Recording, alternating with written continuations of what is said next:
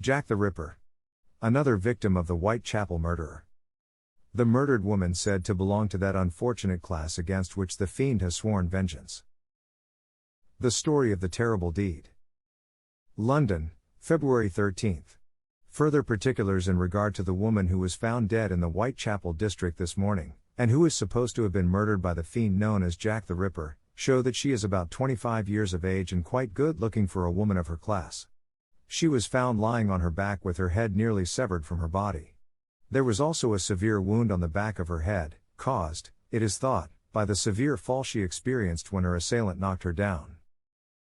The scene of this possibly the latest, of several of Jack the Ripper's crimes, is a dark, narrow archway known as Swallow's Garden, and leading from Little Mint Street to Chambers Street. The archway referred to is during busy hours a well-frequented thoroughfare, and partially used by railway employees and stablemen in passing to and from their residences in and about that packed neighborhood to their work on the numerous lines of railroads or in the many stables scattered about that section of the city. At all times of the night there are people awake in the houses and pedestrians passing about and through Swallow's Garden, but nobody seems to have heard any crying of an alarming nature during the early hours this morning when the crime was committed.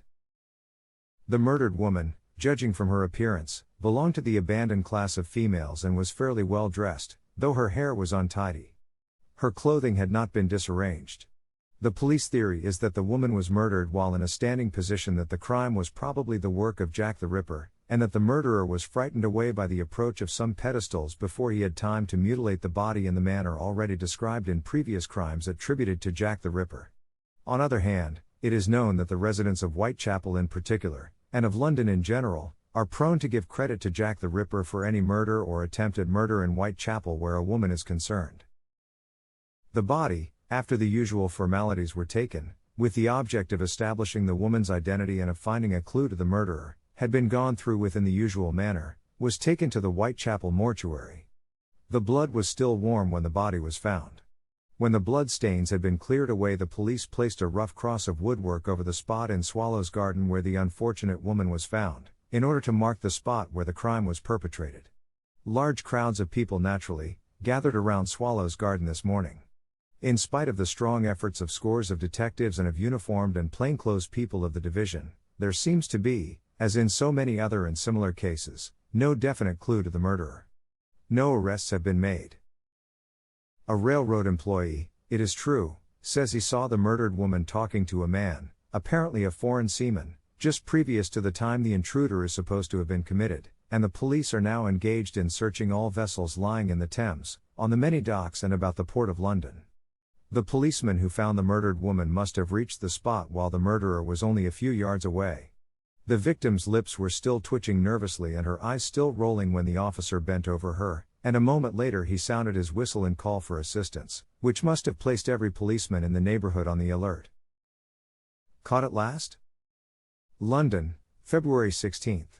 The latest discovery made by the Metropolitan Police in connection with the Whitechapel murder of Friday morning last, by which the woman known as Karate Nell lost her life, bids fair to connect the man Tyler, now in custody, with this Jack the Ripper crime. The Metropolitan Police now have in their possession a sharp and dangerous-looking knife, stained with blood and shown traces of having recently been washed. The blood stains were examined microscopically by Dr. Phillips, police surgeon, attached to the Leman Street Police Station. Dr. Phillips has no doubt that the stains are those of human blood. This formidable knife has been traced to the ownership of Sadler, who, as already stated, was a fireman on board a steamer which recently arrived from Turkey. The police have no doubt that Sadler was the murderer of Karate Nell. If you enjoy our content, please like and subscribe. If you really like our content, do not hesitate to share it with your friends.